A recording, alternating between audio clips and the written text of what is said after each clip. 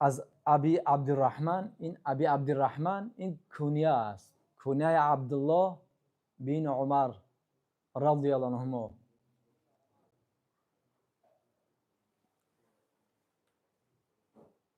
در این حدیث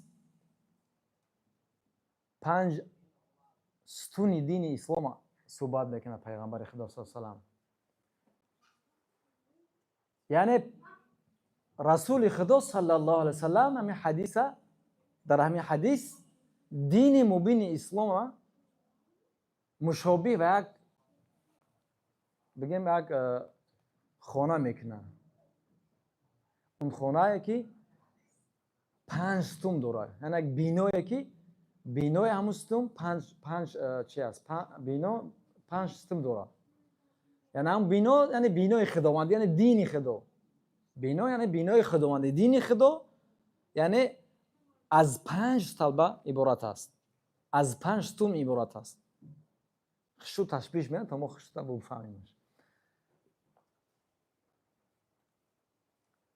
خب خیلی که گفتیم انا عن ابی عبدالرحمن، از مثلا ابو عبدالرحمن. ابو عبدالرحمن کنیه کی است؟ عبدالله بن عمر رضی الله عنهما است. عبدالله بن عمر رضی الله عنهما هم میشناسید نه؟ یکی از بهترین صحابه پیغمبر خدا علیه الصلاه و السلام. حدیثای بسیار روایت کرده نه؟ فرزند حضرت امیر المؤمنین عمر بن خطاب رضی الله عنه.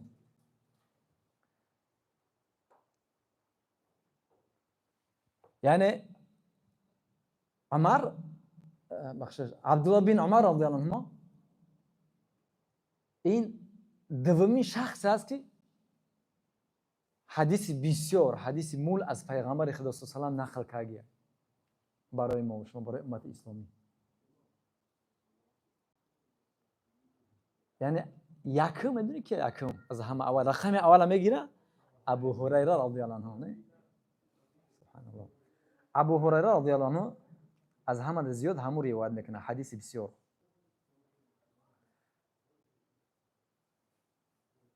پن 1374 حدیث از پیغمبر خدا صلی الله علیه و سلم ابو هریره رضی الله عنه نقل کرده. لیکن میدونید چقدر عمر کوتاه دیدگان، یعنی که در مدت 3 سال نه، در مدت 3 سال قریب 4 سال، قریب 4 سال نه همین خط حدیث مول از پیغمبر خدا صلی الله علیه و سلم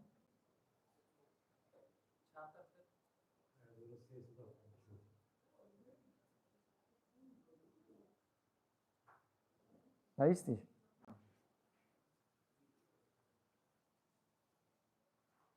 خب یعنی که در سال 7 هجری، در سال 7 دیگه قبول کرد ابو هریره رضی الله عنه اسلام. یعنی در سال 7 که پیغمبر خدا صلی الله علیه و سلم از مکه مکرمه مدینه هجرت کردن، بعد از همین هجرتشون 7 سال، در 7 سال بعد قبول کردن.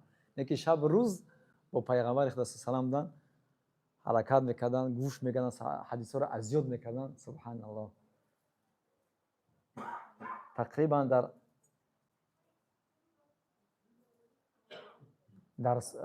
4 سال بعد تقریبا پیغمبر خدا صلی الله علیه و سلم از دنیا رحلت کردن، وفات کردن. در همین مدت کوتاه هنده از همه زیاد ابو هریره رضی الله عنه حدیث روایت کردن. سبحان الله. یک زمان دعا میکنه. دعا کیسه است؟ ابو هریره رضی الله عنه که پیغمبر صلی الله علیه و سلم میبینه که دعا کیسه است. یک دعاش میگه که خدایا در علم من برکت بدی. پیغمبر خدا میگه آمین آمین. سبحان الله. برکت آمین پیغمبر خدا صلی الله علیه و سلم ببین. یعنی از همه زیاد ابو هریره رضی الله عنه حدیث روایت کرد. دومین شخص از همه مولتر حدیث کی روایت کرده؟ عبدالله فرزند عمر رضی الله عنه. یکم جا او میگیره ابو هریره رضی الله عنه، دوم جا عبدالله ابن عمر رضی الله عنه، یعنی که عبدالله فرزند عمر رضی الله عنه دوم جا را میگیره. دوم جا را میگیره. مثلا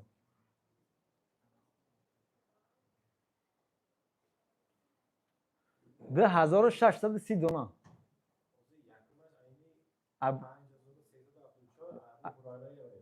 حضرت عمر عبدالله ابن عمر رضی الله عنه 2630 تا حدیث روایت میکنه. ایرا عبدالله بن عمر فرزند عمر امیر المؤمنین. بله اگر با ترتیب بریم اگر خیلی میریم سیم جو کی میگیره؟ انس کم زیادتر چی میکنه روایت میکنه. انس بن مالک رضی الله عنه 10 سال زیاد مدت در خدمت پیغمبر خدا صلی الله علیه و سلم بودن. شب روز در خدمتش بودن، خدمت میکردن. بعد کم فرق داره. بعد مادرمون عایشه رضی الله عنها حدیث روایت بعد حدیث رای میگیره. مادرمون میگیرم بعد میره مادرمون 10210 تا میگیره روایت میکنه. انس بن مالک از آن 1286 دونه حدیث روایت میکنه. بعد عبدالله بن عباس رضی الله عنه عموی پیغمبر خدا صلی الله علیه و سلم و 1660 حدیث از پیغمبر خدا صلی الله علیه و سلم روایت میکنه. خب ما اینجا موضوع از کی میره؟ از عبدالله ابن عمر رضی الله عنه، چون که حدیث همین حدیث همون روایت میکنن.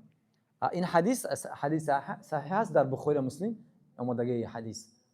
خب عبدالله در زمان پیغمبر خدا صلی الله علیه و سلم 4 صحابه عبدالله بودن که همش عالم برجسته بودن، خدمتای خوب کردن در اسلام، همش محدث بودن. او را کلا عباد میگفتن، عباد الله، یعنی صیغه جمعش. یکی همین عبدالله ابن عباس رضی الله عنه، یعنی که عموی پیغمبر خدا صلی الله علیه و سلم.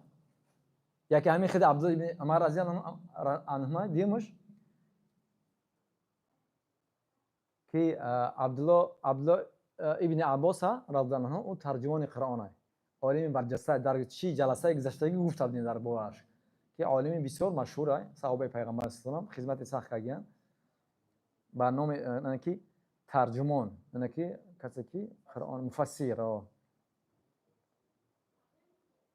بعد عبدالله بن عامر بن عاص، عبدالله بن عامر بن عاص، عامر بن عاص همه مشهور دارن که پسرشون و هم عالم و حدیث روایت کردن از پیغمبر خدا صلی الله علیه و تقریبا 700 تا حدیث از پیغمبر خدا صلی الله علیه و روایت کردن. بعد عبدالله بن زبیر رضی الله عنه چهارم عبدالله، یعنی یا کسانی بودن که بسیار مشهور بودن، یعنی که جای خاصی داشتن در بین صحابه پیغمبر خدا صلی الله علیه و وقتی اگه مسئله اگر اتفاقی میشه اتفاق عبدالله هم میفتن، عباد الله جمعش میکنن، صیغه جمعش کردن، همش اتفاق نظر دارن در یک مسئله.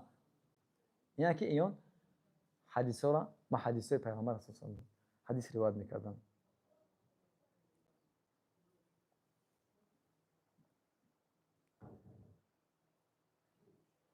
خب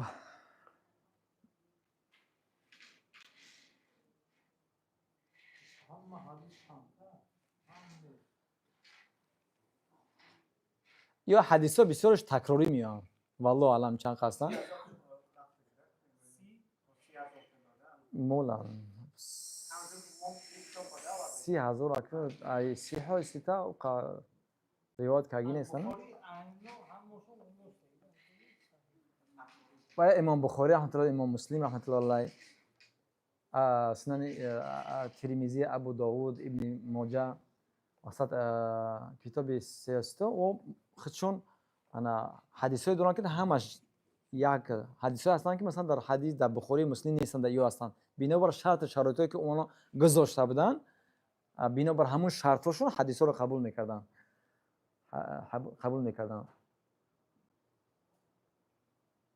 حضرت عبدالله ابن عمر رضی الله عنه بسیار فقیه بودن، بسیار زاهد بودن،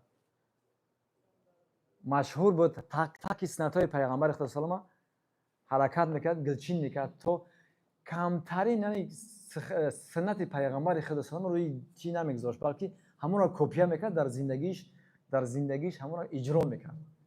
قدم به قدم بسیار مشهوره. هر جایی که رسول خدا صلی الله علیه و قدم می‌داشت و قدم برمی‌داشت، حضرت عبدالله ابن عمر رضی الله عنه قدمش می‌گذاشت. نگاه میکرد سوپر اینقدر کپی میکرد سنت‌های پیغمبر خدا صلی الله علیه و سلام. همین وظیفه ما همین هست. الله سبحانه و تعالی در سوره مبارکه آل عمران میفرماید که وقتی که مردم دعوا میکنن که ما الله دوست میدونیم، خدا را دوست میدونیم، یهودی‌ها و نصرانی‌ها و اگه طبعا در واقع مسلمانان دوست میدارند اعلام میکنن. و الله سبحانه و تعالی در سوره مبارکه آل عمران میگه که اعوذ بالله من الشیطان الرجیم قل ان کنتم تحبون الله فاتبعوني يحببكم الله. خدا میگه که بگو برای این مردم که قل ان کنتم تحبون الله، اگر شما راست میگه ای یهودی و ای نصرانی ها ای غیر مسلمان ها، اگر واقعا شما در ادعات راست میگه فتبعونی، پس از من محمد پیروی بکنید، یحببکم الله، اونگاه الله شما را دوست می‌دارد. یعنی زمانی که ایمن محمد ابن عبدالله رسول الله پیروی کردید، بعد الله شما را دوست می‌دارد. تا زمانی که از من حبیب مثلا از پیغمبر خدا پیروی نکنید، الله شما را دوست نمی‌دارد. و اون شما که اعلام کرده که ما الله را دوست می‌داریم، اما اونهاش پوش به اساسا مثلا گپای شما مردود رد هستن، قبول نیستن. واقعا الله کی دوست می‌داره؟ مسلمانان دوست می‌داره. خدا اینجا میفهمه که پس یگانه راهی که ما با دوستی الله میرسیم، با چی میگه الله چی گفت؟ فتبعونی، بگو برای بندگان من که از من محمد رسول الله پیروی بکنند. یگانه راه با دوستی الله رسیدن از پیغمبر خدا پیروی کردن است. نه ای دیگه‌اش، نه ای فوتبالیستاش، نه اسپورتسمنتاش، نه ای تاجراش، نه از مشهوراش، نه مقاماش، پوست دیگه و دیگرش، از ارتیستاش، از فوتبالیستاش، یگانه تاش نمیرسه. یگانه را با دوستی الله رسیدن فقط از حبیبش، از رسولش پیروی میکنید.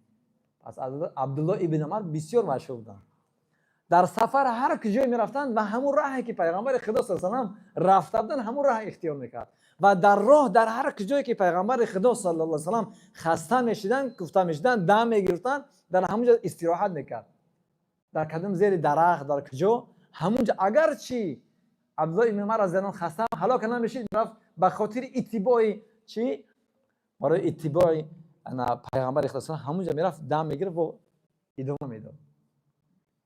در حج در میرفت، در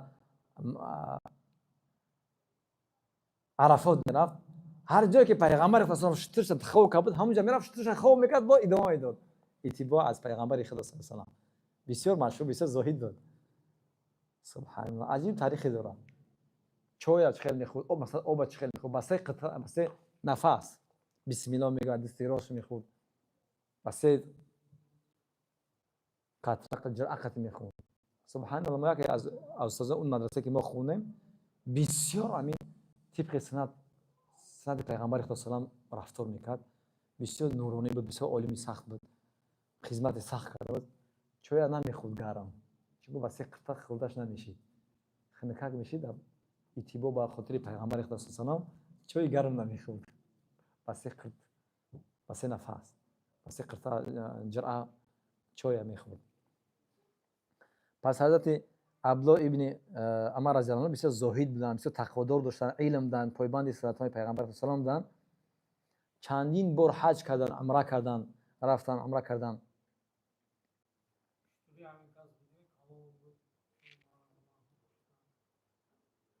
در چیه؟ اون حضرت عمر فاروق رضی الله عنه وقت میبینه شترورا که یک در موقع شترور یک تا شتر بسیار فرقی چوق فربی های مثلا دوید رفت کوچوی سبب سبحان الله امیر المؤمنین عمر رضی الله عنه چقدر عادی بود. دوید رفت سبحان الله، خودش امیر المؤمنین تمام کشورهای مسلمان، تمام مسلمان در تای دستش هستند. یا ولی یک کشور میدانی تمام روی دنیا ده خلیفه بودن، خلیفه رسول الله صلی الله علیه و دوید رفت دید سببش گفت چوی یک در مابین این قشترو یک شتر فربی های. سبحان الله. بعد نفهمش چی شتری پیساش میگه فروشه بیت المال دا چکنه. سبحان الله. گفتم من بودا همین 10 مردم، مردمایی که ما 10 مردم میگیم مثلا که نگهداری میکنه حیوانات و چرام میبرشو، من بودا گفتم این پسری امیر المؤمنین حضرت عمر فاروق خشون نگهش که باشن دیگه شترو نه. عدالت عادل بود، حق رعایت میکرد، دنبال همین عدالت بود. وقتی حضرت امیرالمومنین بترس خدا کو شخ میکرد جوش میستود خدا ما را رحم کنه صد میگه خدا بترس انا که وقت بیاگن انسان باید خدا بترس باید بترسه جای شوخی بازی نیست حضرت امیرالمومنین وقتی خدا بترس میگفت چقدر گریه میکرد شوخ میشید در سر جور میگو قسم بخدا من آرزو دارم که در روز قیامت نجات بیام ولی من دنبال فایده نه اما از آتش جهنم نجات بیام بس من آرزوش نه نجات شدن بود وقتی میگفت با سخن داره در روز قیامت اگر بگه همه بیشتیان یک نفر جهنم میره من میترسم همون یک نفر من نباشم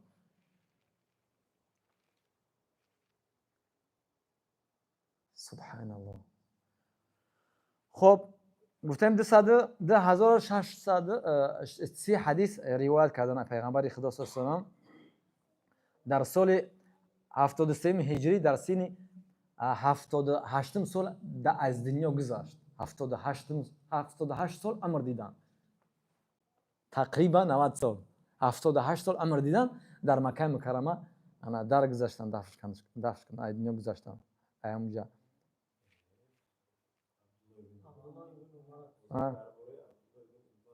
درباره عبدالله ابن مبارک فرستم حضرت عمر فاروق 78 رفتن ای دنیا گذاشتن 78 سال عمر دیدن در سال 73 هجری ای دنیا درگذشتن در سال 73 هجری ای دنیا درگذشتن از دنیا گذشتن مردن مثلا در سین سالی در سین 87 یعنی که 87 سال سین دیدن عمر دیدن از دنیا گذشتن 87 سال عمر دیدن من خطا کردم 78 نه برات 87 سال قریب 90 گفتم کو خیلی او 87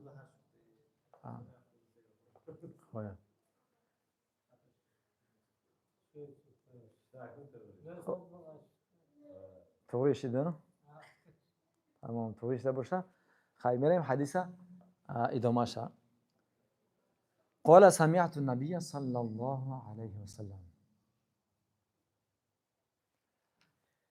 عبدالله ابن عمر رضی الله عنه گفتن که سمعت رسول الله صلی الله علیه و سمعت النبي صلی الله علیه و پیغمبر خدا صلی الله علیه و دیدم شنیدم گفت که بنی الاسلام علی خمس اسلام بر 5 چیز بنا کرده شده است اینجا علی خمس بر 5 میگه مقصد اون 5 استلبه 5 ستون در اسلام بنا شده یعنی که پیغمبر خدا صلی الله علیه و اسلام مثل یک یعنی که چی میگه خونه تشبیهش میگه بنیادش میگه اون خونه که بر 5 استلبه بنا کرده شده یعنی دین خدا به غیر 5 ستون استفاده نمیشه چخیلی یک بینو چخیلی یک آشخونه چخیلی یک خونه کلان یا دومش میگه چی میگه اگر پایه‌اش نباشن اون در جاش نمیسته پس دین خدا اگر این پایه دین خدا که همون باز میگذاریم اگر نباشه دین باقی نمیمونه یعنی که این مسلمان اسلامش نمیمونه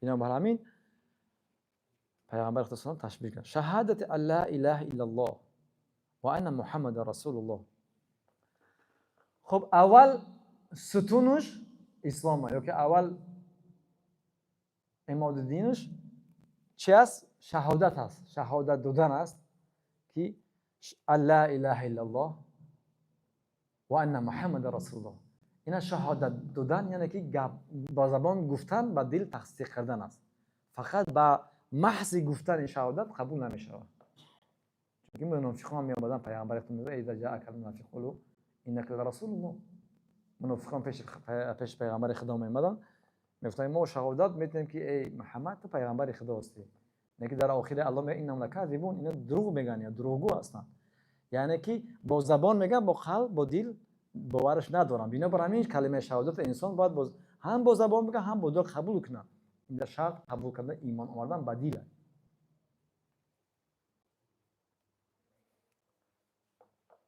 و ان محمد رسول الله و همت شهادت دادن که محمد پیغمبر الله است.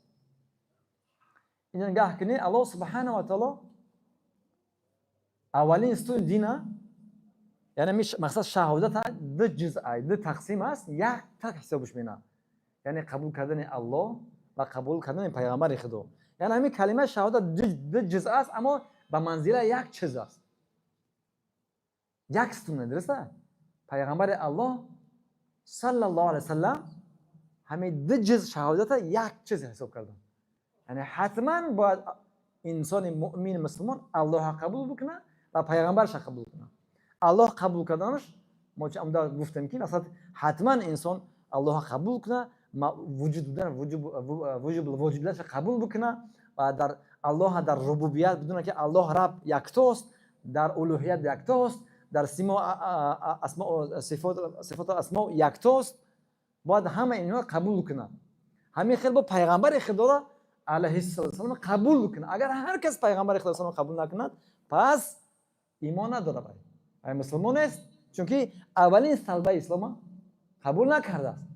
من برای چی گفتم اینجا را قید کردم؟ چون که زمان ما و شما مردمایی هستند که حدیث قبول ندارن. مثلا هر چیزی که باشه در قرآن قبول دارن، در قرآن میگن که هسته قبول دارن، اگر نیست قبول نداره میگن. پس اینجا الله سبحانه و تعالی پیغمبر خدا صلی الله علیه و سلم قبول کردن پیغمبر خدا را یک جزئی از اولین سلبه اسلام است. چه خیلی که الله قبول کردی باید پیغمبرش قبول بکنی. پس ما گفتیم قبول کردن الله، ایمان آوردن به الله چی بود؟ وجود الله حتما باور بکنی و الله در ربوبیت، در خالق بودنش، در مالک بودنش، در تدبیر دنیا قبول یکتار بدونی، در الوهیتش، یعنی در معبودیت که فقط خدا عبادت انسان به الله شریک نیاره، در اسماء و صفات الله یکتاست. همین خیلی پیغمبران شرط و شرایط داره که انسان باید این کلمه توحید شهادت جزء دومش طلب بکنه از انسان که همونها را قبول بکنه. یعنی قبول کردن پیغمبر خدا، قبول کردن همه تمام دستورات را، هر چی که پیغمبر خدا امر کرد انسان باید قبولش کنه، چیزی که منع کرد انسان باید دور باید باشه. خدا نمی در سوره مبارکه 8 میفرماد که اما آتاکم الرسول فخذوه و ما نهاکم عنه فانتهوا. هر چی که پیغمبر برای شما گفت بگیره و هر چی منع کرد نکنین کارا. یعنی حتما کلمه شهادت از مسلمان طلب میکنه که پیغمبر خدا صلی الله علیه و قبول بکنه و از پیغمبر صلی الله علیه و پیروی بکنه. از پیغمبر خدا صلی الله علیه و آله پیروی بکنه. نکی امروزه در عصر ما و شما عصر 21 نه دشمنان دین خدا میشینه مدرسه مثلا دانشگاه دارن درس اسلام مسلمانی میخونن، درس اسلامی میگیرن، حدیث میخونن، تفسیر میخونن، تاریخ میخونن، لابراتوار دارن، تمام حدیثا رو چرا که یک تا به یک تا دانه به دانه میگذرونن. از کمترین چیز که امکان فتنه دخترم داره فتنه میدوزن مابین مسلمانان تا مسلمانان در فتنه باندازن، مسلمانان با همدیگر جنگ بدازن، دشمنی بدازن، دشمنشو کنن، کینه و حسادت و فتنه را فساد بکنن. یکی از همون گروه های گمراه تا حتی مسلمان نیستن، همین چیز گروه های به نام قرآنی هستن که قرآن قبول دارن، پیغمبر خدا قبول ندارن، حدیث میگه حدیث قبول نمیکنیم، در قرآنش قبول میکنیم. پس اینجا چی میگه پیغمبر الله؟ یکمین شهادت طلبه اسلام قبول کردن پیغمبر خداست که تو قبولش کنی، با دوستش بداری، بعد گفتاش پیروی بکنی. دوست باید حتما دوستش بداری.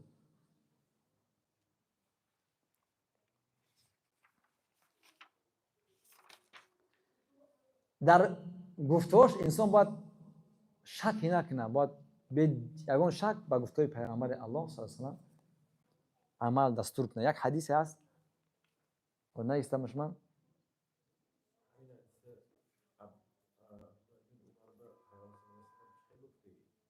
نزد 6 تا شنیدم. این میگه حدیث میگه که قال سمعت النبی، سمعت النبی نه که در چه خیلی که ما 6 تا میخیل شنیدم مثلا که از مستقیما راستکی از دهان مبارک پیامبر خدا صلی الله علیه و سلم شنیدن خودش.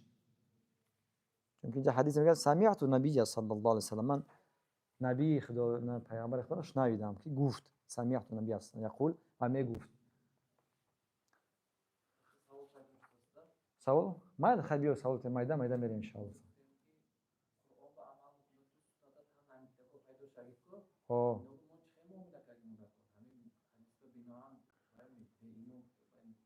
نه ما سوال خوب دادیم، سوال ناز دادیم ماشاءالله بارک الله فیک. گروه های هستن که به نام قرآن قبول میکنن، حدیث قبول نمیکنن. میگن که در قرآن باشه ما قبول میکنیم، در قرآن نباشه ما حدیث قبول نمیکنیم.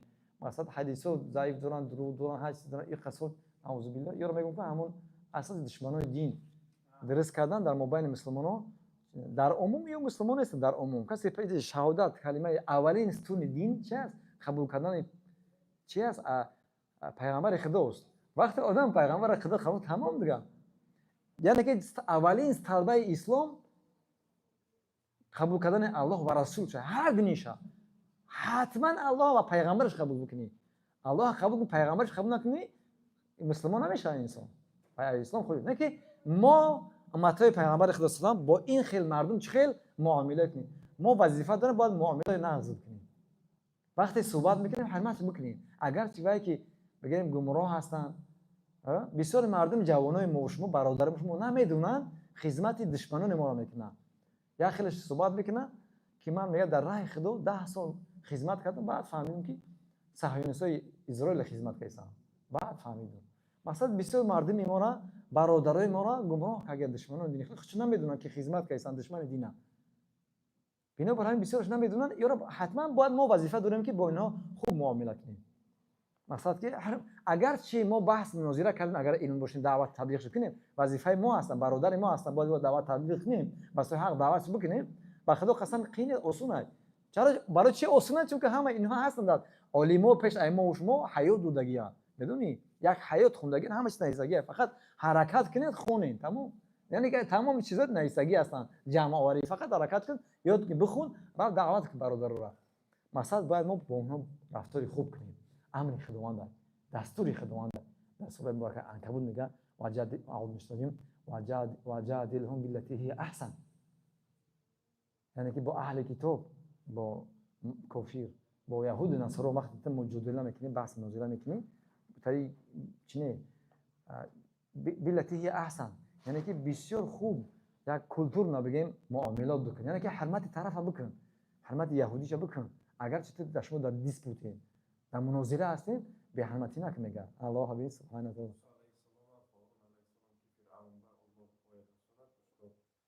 و قل لهم قولا لینا. تا حتی فرعون که دعوای خدایی میکرد، استغفر الله میگه که و انا ربکم الاعلی، من خدای بهترین شما هستم. همون را الله سبحانه و تعالی موسی و برادرش هارون میگه و قل له قولا لینا.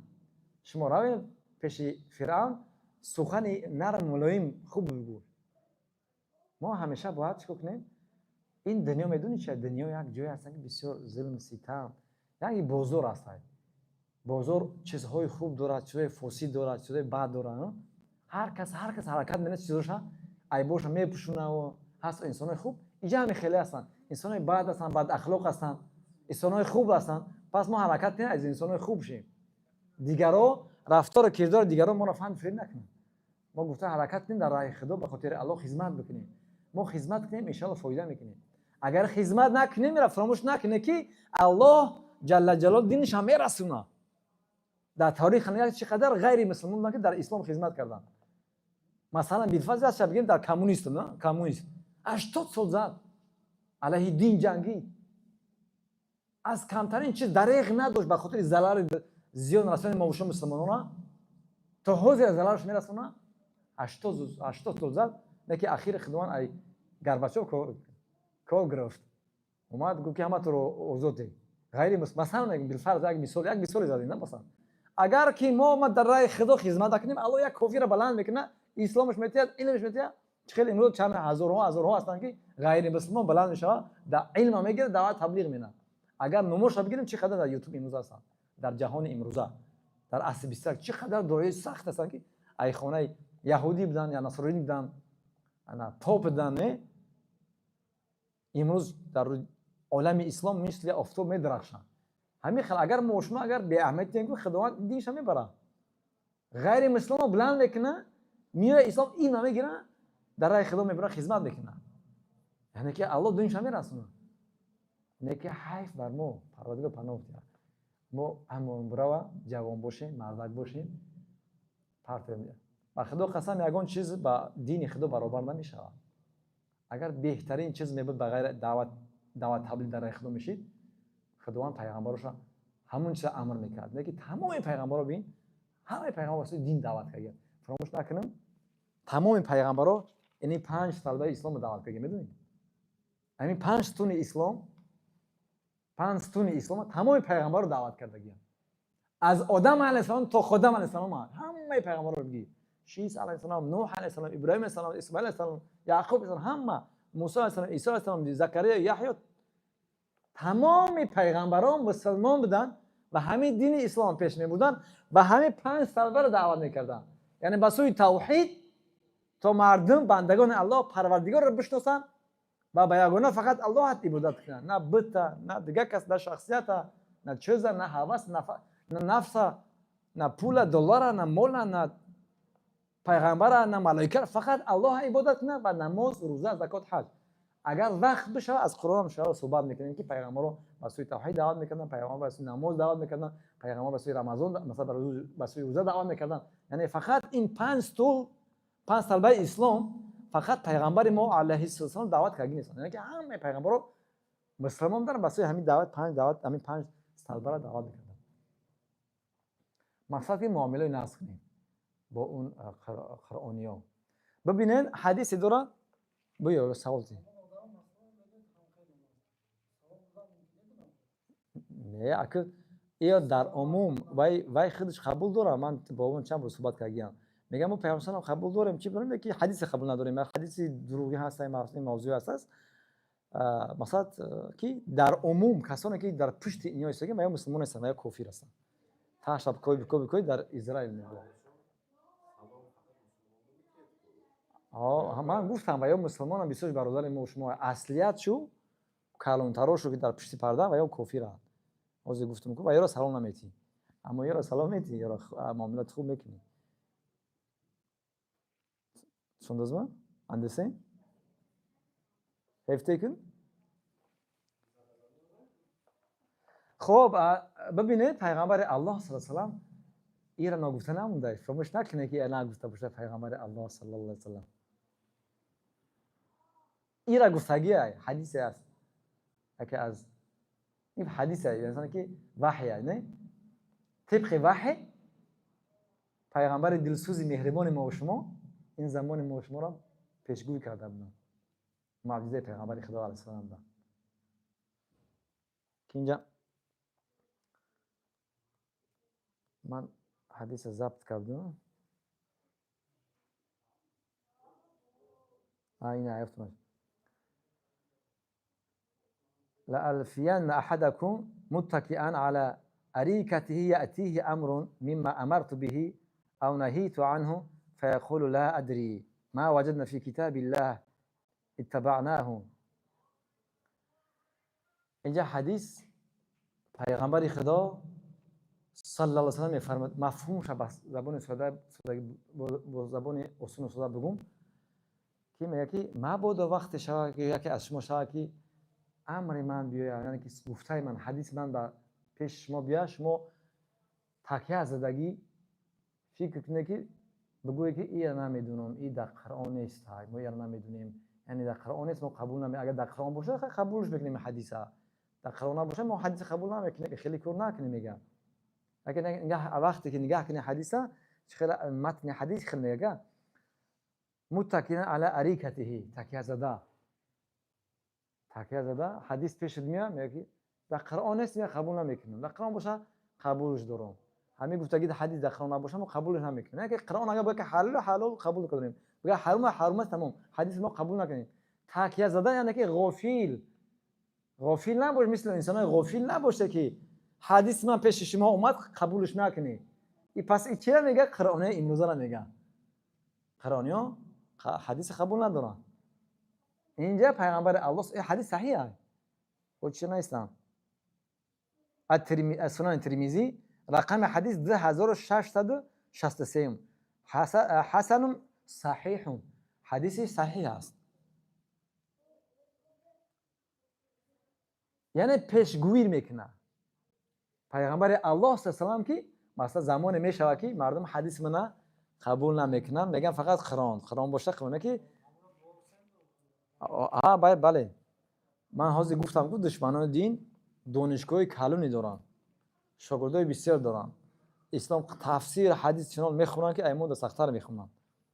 به خاطر فتنه، به خاطر حق نه، به خاطر خدمت به الله نه، به رای خدا نه، برعکس نبرات به خاطر فتنه کردن مابین مسلمانان گمراه کردن، بدبخت کردن، فتنه کردن، دشمنان به همدیگر جنگ انداختن. نماز مجبور هستن که از پیغمبر خدا بگیرن، چون که پیغمبر خدا رکعات را بسیار چیز هستن که قرآن نمیگه. شو مفسری چه حدیث قرآن پیغمبر خدا است. یعنی که باندار میگه که وقتی که زمانی که از پیغمبر من پرسیدن از اخلاقش گفت که مادرمون عایشه رضی الله عنها یعنی که پیغمبر خدا یک قرآن زنده بود در روی دنیا فرم میگشت. یعنی که تمام قرآن مفسرش پیغمبر خدا سلام است. همون اصحاب پیغمبر خدا که قرآن نوشتن یا هم نوشتن، همون اصحاب پیغمبر خدا نوشتن حدیث صحیح. حدیث این خیلی هوایی نیست. حدیثای ما رو بروش دیگه از اصحاب پیغمبر خدا گفتن. مثلا یک حدیث اگر نقل کنه یا بر نقلش نمیشه، یا حیات نقلش بینه. بدون یک حدیث مثلا فرض کنیم یک پیغمبر اسلام مثلا این بالفرض اینا میشینن چقدر که ما میشینیم در استاد 30 نفر 40 نفر چقدر هزار نفر اصحاب پیغمبر خدا بودن، میشه حدیث همو قمش ندیدن، همو نفر در طول حیات نقلش میکرد. ای هزارها میگذشت، ای 700,000 میگذشت. تو کجا رو میگیری فهم کنی تغییر بتیش؟ نمیتونی کدا حدیثه از دم بردن نمیتونی. و الله سبحانه و تعالی پیغمبر میگه اعوذ بالله من الشیطان الرجیم و ما ینطق عن الهوا ان هو الا وحی یوحى. پیغمبر از پیش خود صحبت نمیکنه، این هو الا وحی یوحى، سخنش نیست مگر وحی از طرف خداوندیه. فقط حدیثا رو مثل قرآن در نماز خوندهش نمیشه، اما همین حدیث هم از وحی الله هستن، دین خدا هستن. پس اینجا تکیه زاگی پیامبر الله صلی الله علیه و چه سبحان الله خوب نغز بیان میکنه. تکیه زاگی نباشه، نه یا همه خیلی زمان هم تا وقتی یگان تا شما تکیه بزنید و حدیث من بیا حدیث قبول در قرآن هست، همین در قرآن نمیشه قبولش نکنید، این طریق رو نکنید. یعنی که حدیث من پیشت بیا رأی تا فکرت از حدیث من بلو کنی، این خیلی نباشه. پس یا کی هستن؟ قرآنی ها هستن، فکر خودش رأی خودش از پیغمبر خدا بالا میدونن. تو حدیث انت صحیح هم هست، همین خیلی پیغمبر الله میگه لا یؤمن احدکم حتی اکون لا یؤمن احدکم سبحان الله حدیث کن این خیلی حدیث لا یؤمن احدکم حتی یکونو سبحان الله حدیث شاف فراموش کردم. حتى يكون بارك الله حتى يكون هواه طبعا لما جئت به. یعنی شما مؤمن نمیشه تو اون زبانه که هوا و نفس شما مطابق اون چیزی که من آوردم، که دین خدا امر من نباشه، شما مؤمن نمیشه. یعنی مؤمن کامل نمیشه. باید امر پیامبر خدا از هوا و نفس ما باید بالا باشه حتما. سبحان الله امروز گاه که دانشگاه بهترین دانشگاه در کجا هستن؟ اونیستیتو در سوئیس، در امریکا، در اینجای خودمون. یک دانشگاهی که با دین مبین اسلام برابر نمیشه. این عالموش می نویسن، هم محفوظ هستن، کتابو می نویسن. چی دین خدا محفوظ نیستی؟ یا الله نگاهش نمیکنه؟ طبعا الله نگاهش میکنه. امر خدا از دفتر، امر خدا از فرمان وعده خدا که نگاه میکنیم. پس حدیث های ما همش بخاری و مسلم اگه حدیثی دروغی نداره، حدیث ضعیف ندارن. یعنی یا دونچوی کلون که یا امر زاگن. خب در حدیث گه بنابر همین جزء دوم حدیث قبول کردن پیغمبر الله هست، یعنی دوست داشتن شد. آدم وقتی دوستش بداره پیروی میکنه، نه از اون. یعنی وقتی که انسان پیغمبر خدا را دوست بداره پیروی میکنه. و همین خیلی حدیث هست که پیغمبر الله صلی الله علیه و آله میفرماید که لا یؤمن احدکم حتی اکون احب الیه من والده و ولده و الناس اجمعین. یعنی شما مؤمنی کامل نمیشه تا اون زمانی که من نزد وی، و از مقصد که شما مؤمنی کامل نمیشه تا اون زمانی که من دوست نداره از کی؟ از پدر و مادرتون، از فرزنداتون، از تمام مردم من بالا زیادتر مولتر دوست نداره. اگر شما یگان نفر از من دوست بالاتر دوست داره از خلق خدا، پس شما مؤمن نیستید، مؤمن ایمانی کامل ندارید. یعنی باید انسان مؤمن مسلمان پیغمبر الله از پدرش دیده، از مادرش دیده، از بچهش دیده، از کودکاش دیده، از تمام مخلوق، از تمام انسان باید مولتر، زیادتر، سختتر باید دوست بداره. از بله اون زمان مؤمن کامل میشه. این پیغمبر الله میگه صلی الله علیه و حدیث صحیح است. پس انسان زمانی که پیغمبر الله دوست بداره از رأی خودش، از فکر خودش قبول پیروی نمیکنه، از رسول الله صلی الله علیه و پیروی میکنه. یک حدیث دیگر است که پیغمبر الله صلی الله علیه و میگن بسیار مهم است. مقصد جزء دومی همین چرا بیان میکنند شهادت که میفهمه پیغمبر الله که ثلاثه من كنا فيه وجد حلاوه الايمان ان يكون الله ورسوله احب اليه مما سواهما. سه چیز هستند که اگر انسان همین سه خصلت، سه چیز اگر در زندگیش در خودش اگر زنده بکنه یا که پیداش کنه، پس چیکار میکنه؟ اون زمان میشه که حلاوت ایمان احساس میکنه. یعنی ایمان حلاوت داره، مسلمان بودن لذت داره. انسان مسلمان از ایمانش لذت میبره. انسان مسلمان از ایمانش افتخار میکنه.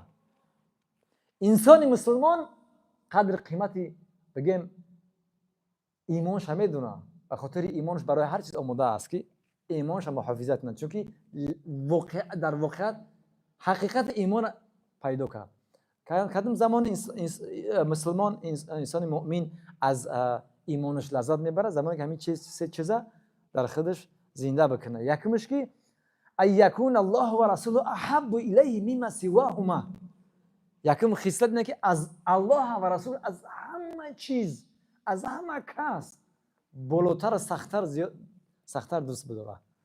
وقتی مؤمن الله و رسولش از همه، از زنش، از پدرش، از مادرش، از کودکش، از پولش، از تجارتش، از پست مقامش، از تمام چیزی که در عقل انسان دیگه طوری بگیره، الله و رسول اگر زیادتر سختتر دوست داره، اینجا حقیقت ایمان درک کرده، لذت ایمان. پس اینجا چی؟ این میفهمه که در گپ سخن در ایمان رفته است. حب رسول الله. وقتی انسان الله ای پیغمبر الله که دوست داره حدیث قبول میکنه. امروز تمام حدیث ها کار کردن با حدیث ها. این حدیث ضعیف، این حدیث صحیح، کارخونه چندین از اون زیاد شد که این دانشگاه ها در سراسر جهان هستند. یعنی زمانی که حدیث صحیح اومد تا حدیث ضعیف استفاده میکنن در طرف فضایل اعمال. بعضی علما از رأی خودش، از اجتهاد خودش حدیث ضعیف استفاده میکنن در فضایل اعمال ده. خب دوم شب بگیم حدیثه، ادامه حدیثه تا بفهمیم که لذت ایمان خیلی انسان احساس میکنه. یکمش چی بود؟ الله و رسول از همه بالا باید زیادتر، مولتر، سختتر دوست بدارن.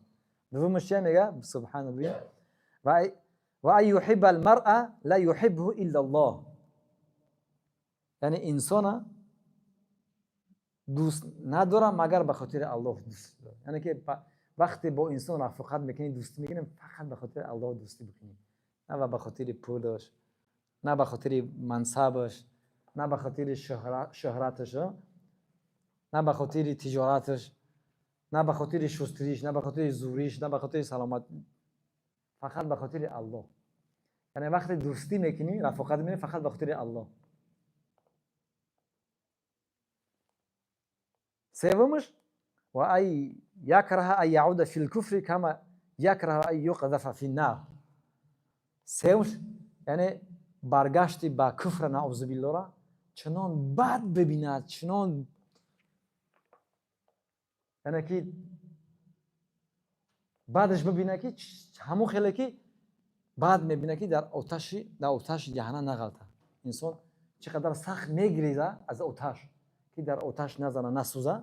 یعنی انسان باید کفر شرک بگریزه، بسیار بد ببینه کفر. اون زمان میشه انسان احساس میکنه حلاوته. اولش چی بود؟ قسم اولش دوست داشتن الله و رسول.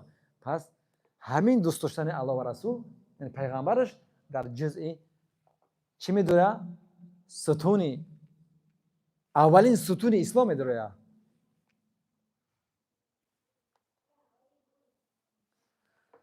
خب و اقام صلاه و برپا داشتن چی است؟ برپا داشتن نماز. یعنی که دوم ستون اسلام برپا داشتن نماز است که امروزه بسیار مردم نماز دست کم میگیرن، نعوذ بالله ولا عیاذ بالله. وقتی نماز میشه بی پروا نماز نمیخونه، نعوذ بالله. روزش در 5 وقت نماز میگذره، قضا اصلا احساس نمیکنه، تکان نمیخوره، نعوذ بالله. که ترک نماز کیسه است. یعنی که دوم ستون اسلام نمازه که ترک نماز بسیار خطرناکه. که این خودش ترک نماز چه حکم داره؟ تاریک صلات خودش یک موعظه، یک جلسه علاهیده در کار میشه که بسیار عالم میگه که در نزدیک در یعنی حدود مرز کفر. نه اینا کفر میشه، کافر میشه. اما بعضی هست که میگه از اسلام خود باشه که کلا نخونه. اون کسی که اگر اعتقاد داشته باشه که نماز فرض نیست، دیده و دونسته، او بی اتفاق از اسلام خارج میشه. اما کسی که دیده و دونسته میدونه مثلا نماز نمیخونه، اصلا ترک نماز میکنه، بی پروا، اینجا دیگر تا اونجا خطرناکه که علما در بحث همین انسان ها یعنی که بعضیاش میگن که نزدیک به کفر، در مرز، در حدودی، در گرانیت کفر، بعضی میگن برما. یعنی اینقدر خطرناکه ترک نماز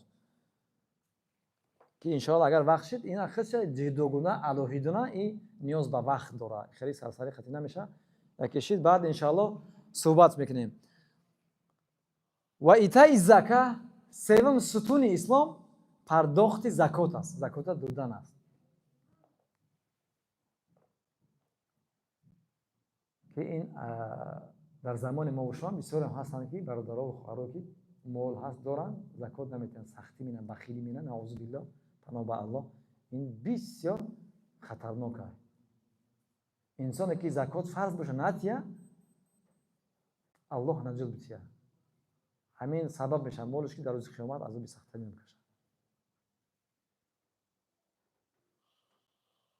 والذین یکنزون الذهب والفضة ولا ينفقون في سبیل الله فبشرهم بعذاب الیم. کسانی که پول مال مثلا طلا و نخل جمع میکنه، پول جمع میکنه، اما در راه الله نمیده، زکاتش نمیده، فبشرهم بعذاب الیم. شما یارو مژده بدید، میگه خوش خبر با چی؟ با خبر خوش میگه، نه که خدا میگه با عذاب علیم، عذاب دردناک خبر شدی. بنابراین اگر کسی که پرداخت زکات نکنه، اینکه سه مستلزم اسلام پرداخت نکنه است، بجا نآورده است، خطرناک است. و حج البیت چهارم ستون اسلام حج کردن است. انسانی که زمانی که قدیر باشه باید حج با جا بیاره. و صوم رمضان همین خیل دیگر ستون اسلام روزه گرفتن ماه مبارکی چه؟ رمضان است. خب ما گفتیم که وقت شما صحبت بکنیم که تمام پیغمبرها همین چیکار میکردن؟ همین 5 ستون ما دعوت میکردن مردم ما. تمام پیغمبرها مسلمان بودن. تمام پیغمبرها همین دین مبین اسلام پیش می بردن و تمام پیغمبرها به سوی همین دین مردم دعوت میکردن. مردم به سوی همین 5 ستون اسلام